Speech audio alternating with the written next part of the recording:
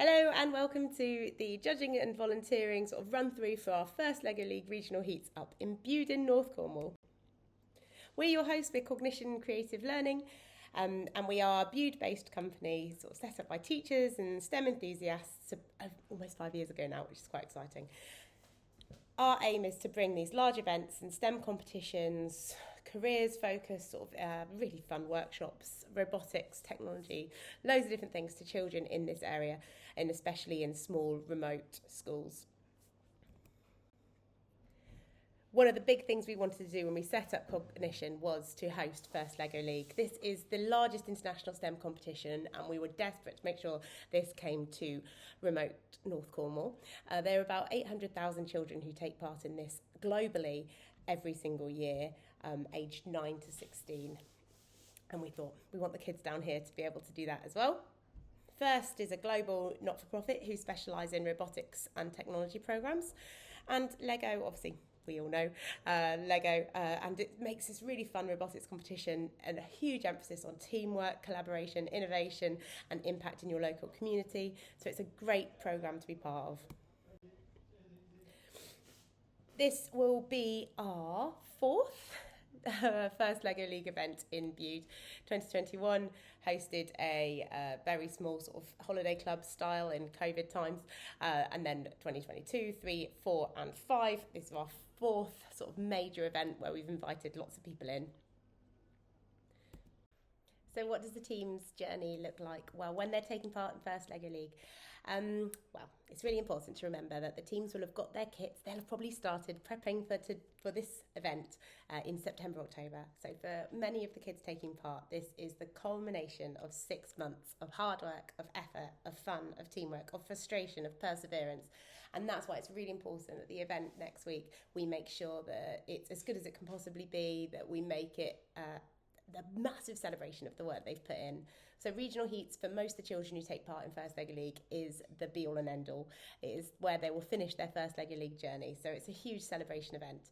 We have ours up in Bude in March 2025. We have one space across the 2 days. So all 21 teams taking part on Thursday and Friday are competing for one space at the national finals. The champion of champions, so the winner from both days, the winning team will go up to the nationals in May. And from there is the chance that if they score highly in the nationals, if they win one of those coveted final place trophies, they'll be invited to an international competition, whether that's in Asia, in America, in maybe Australasia or Scandinavia. They've had their finals there the last couple of years. So it's an incredible opportunity for them to really accelerate up onto a global stage if they get that far. So it's good to know that in Cornwall, or actually in the southwest, there are only a few events. There's one up in Bristol, but in Cornwall itself, we've got the North Cornwall, North Devon heats up here in beautiful Bude. And Cornwall Council, along with the staff at RNAS Coldrose, host a brilliant large event down in Coldrose where they welcome 60 to 70 odd teams over 2 days. And this is a massive event for the Cornish schools. Unfortunately, for lots of people on the North Coast, this is not very easy to get there. Several hours of travel, a very long day for kids. So this is why we wanted to set up a satellite event for children up in North Cornwall. But we work really closely with Cornwall Council to coordinate the two events. So overall, we're looking at 4 areas of assessment next week. So over the course of the day, we'll be watching and looking and judging the children on 4 different areas. And between us, we'll build up a really good picture of the team.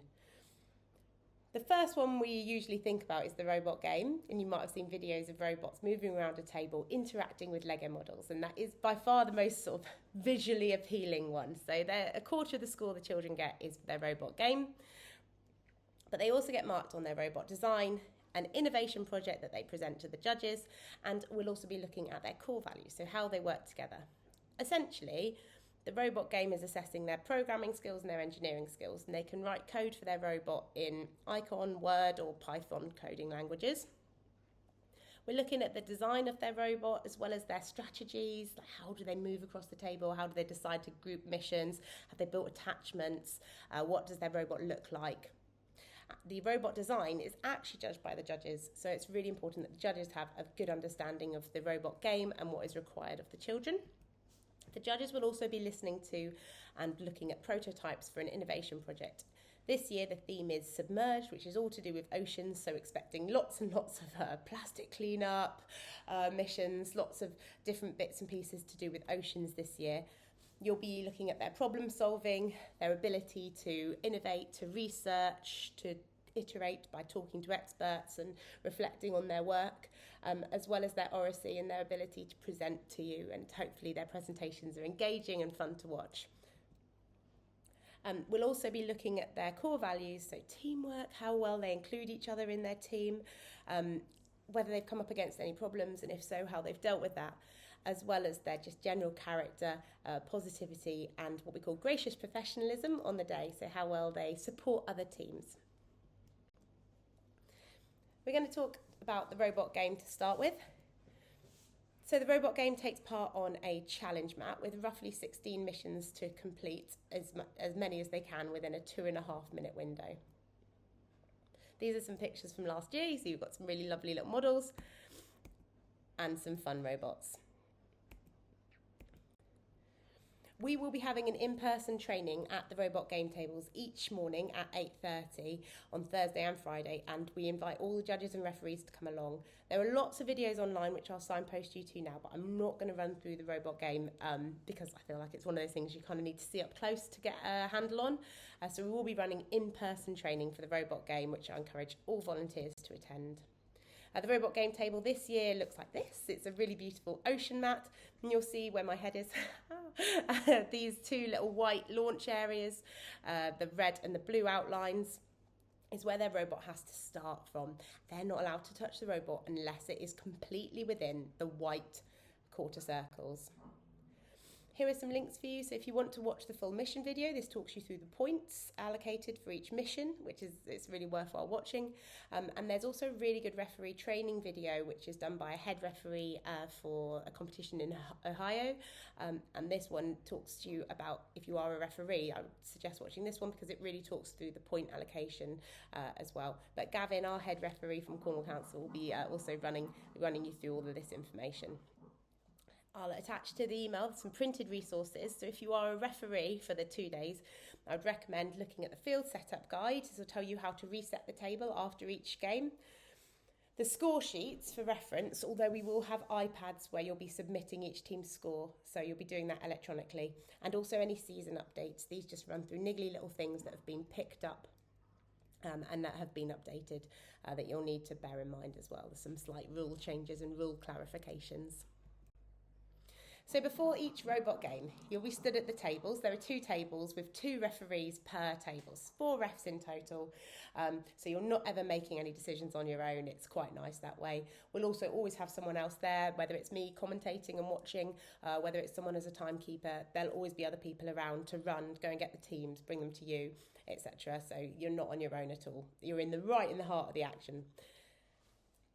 Before each game, it's really important that you check the timers are reset and the person manning the timers is ready. Those timers need to be reset for 2.5 minutes.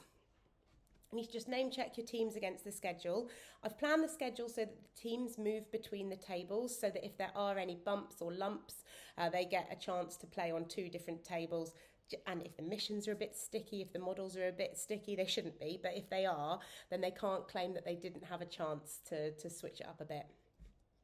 Check their teams are happy with their table setup. There are a couple of things they might be able to rotate or move around. It's also their responsibility to make sure that they're completely happy that the table is reset, ready for them to play on.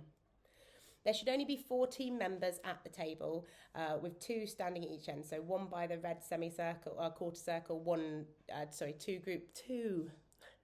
at the red quarter circle, 2 at the blue quarter circle, standing at each end of the table. You also then ask them to put any attachments in their robots in their home areas, those quarter circles and the black bits up at the ends. We'll go through this on the day. And you're just going to check that the equipment all fits within that area and within a height limit. We never usually have issues with that. This definitely tends to be the more advanced robots. But we'll make sure that everything all fits in before the robot games start. During the robot game, my top tip is not to worry about scoring. So you're just watching the robot, but mainly you're watching the children to make sure that they don't interrupt it. If they do interrupt it, you take away precision tokens. You've got 6 red discs that will line up on the table. One of the referees will be responsible for holding on to those. The other referee still needs to be watching so that they can also make sure that you've got the same number of interruptions at the end, because that does influence the score. Take away a precision token with every touch or interference of the robot. And it's really important that the robots are completely in the home area before the children touch them. And you can't really remind them of that enough, because as they get excited, they grab it when it's half in, and that does technically count as an interruption, unfortunately. So we will just make sure that we're encouraging the children, reminding them of these rules throughout. So during the robot game, you're sort of watching them, making sure that they're handling the robot appropriately, as and when, looking at those precision tokens and offering encouragement as well. If a child and a team stops maybe a minute before the end, encourage them to retry any missions if they weren't completely successful. Encourage them to maybe think about what other missions they might be able to complete. After the robot games, the judges, the referees on the tables will come together. So each table will go with the other referee. You'll sort of work looking at the table you were working on, and you're going to score it together. And this year we've got iPads for you to score on. It's really easy. You just click yes, no, yes, no, yes, no, walking through the mat. Really important you tell the teams they must not touch anything on the mat until scoring is finished. Go through the missions with them if you want to, and sort of double check that they're happy, but really it's just for you and the other referee to go through and to make sure you're all happy with that. The score sheet is literally a checklist, so it's really easy to score. But you just need to remember that if they complete the mission by accident, by knocking into something, that can count. And if they accidentally undo a mission that they'd already completed earlier in the game, unfortunately that doesn't count. So we are only marking on what we can see at the end of the robot game. If you've got any queries and Gavin isn't on your table, you can check with the head referee, Gavin, or with any of the other sort of cognition staff that are there on the day. After the robot games, you make sure you're happy, go through your scores and submit them on the event hub. You can tell the children their scores, that's absolutely fine. They'll be able to see them anyway if their teachers log in, so you can let them know how they've got on as well. Okay, so now judges. Hello, judges. Judges, you're going to sit like this. You'll have a panel with lots of paperwork and things in front of you that you can refer to. But again, we're going to be scoring on the iPad. So you can write notes, but don't fill in a judging form per team as you may have done previously. The judging sessions are really nice. You'll have a whole room to yourselves. The kids can come up to you. They'll come into the room, get themselves all ready, and they follow quite a strict timeline. And you've got a copy of that timeline as well. So we're going to have 3 judging panels again, set in 3 different rooms around the building, and you'll just be judging in the morning. You'll either have 3 or 4 teams depending on which day you're judging, and you're primarily looking at 2 key areas, which are their innovation project. So this is the plan and the project that they've come up with, a solution to a problem they've identified with the oceans.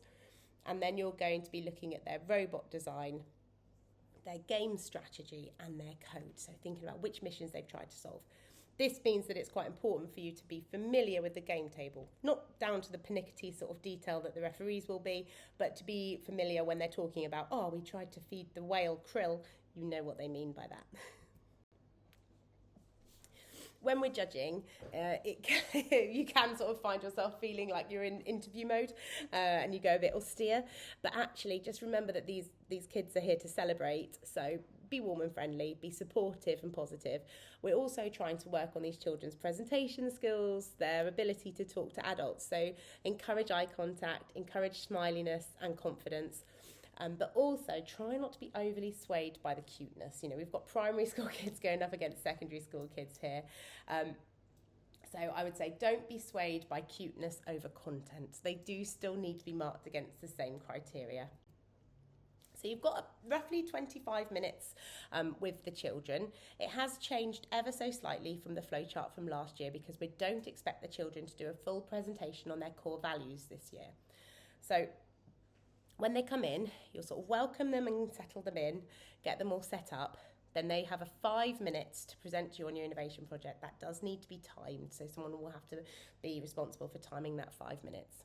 You've then got roughly 5 minutes to ask them questions and answers, ask them questions about their innovation project. This is a really good time. If you've got any gaps on those score sheets in your mind, you're thinking, oh, actually, they hadn't talked about that very much in their presentation, you can ask them some questions.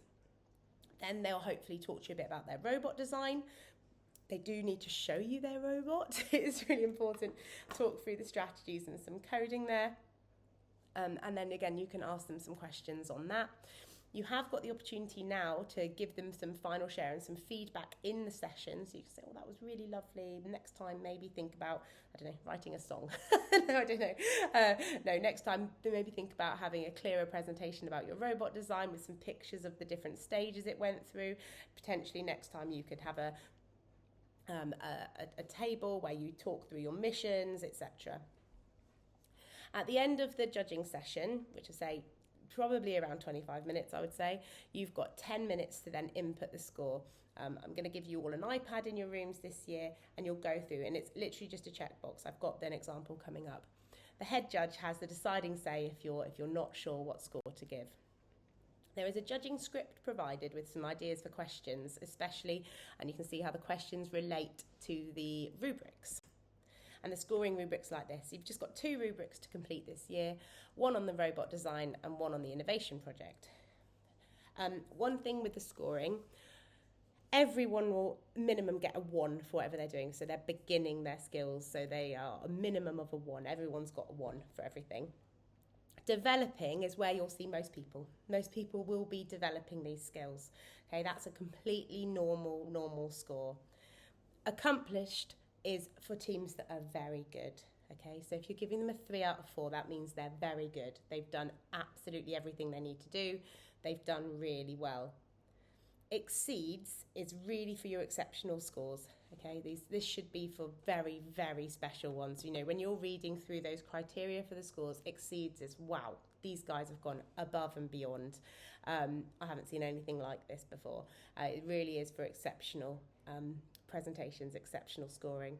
So if we sort of think of 1, 2 and 3 as the standard and we're marking them against that, 2s are absolutely fine. Okay, don't feel bad giving a 2. And 3s are for very, very good. 4s are for real outliers, and we need that differentiation to decide who's going to finals, especially because we only have 1 space across 2 days this year. So you'll notice that there's these funny little cogs around some of them. That's because these particular criteria will also be used to generate a score for core values. So instead of having previously, we've had other presentations for core values where they've talked about their team journey, and maybe some schools haven't done it, maybe some teams always forgot about it. This year it's all going to be integrated into that. So you've got longer to focus and to score the sessions and less time thinking about an extra presentation. So on your iPad, you're going to have a screen like this. And as you can see, you can read it and you can put feedback in there for all different sessions, okay? This is one thing that you are going to talk through with each other. If you give a 4 for any score, you have to justify why you've given a 4 for them, okay? So this will come up with a text box where you have to justify why you've given a 4. At the top, you'll see you've got some tick boxes. This is if you feel like these team might qualify for any of the Breakthrough, Rising All-Star or the Motivate Awards. These are awards that are for teams who've done really well. It might be their first year, or maybe they just had a great energy about them, but they didn't necessarily score highly enough to win based on their project or their robot design or their game, for example. So this is your chance to nominate teams for extra awards. And those awards are all listed here. So you'll have a list of these on your desk, so you can have a little look at the required awards here. And these are the extra ones that you might choose to give as judges, as the optional awards. So thank you ever so much. It's a huge thanks from all of us here for volunteering your time and your energy to be a judge at the first LEGO League event next week. If you have any questions before the day, please just get in touch and reach out. If you are going to be late, then please use my mobile number. It's in my footer, but I'll see you at 8:30 ready for our first judging training.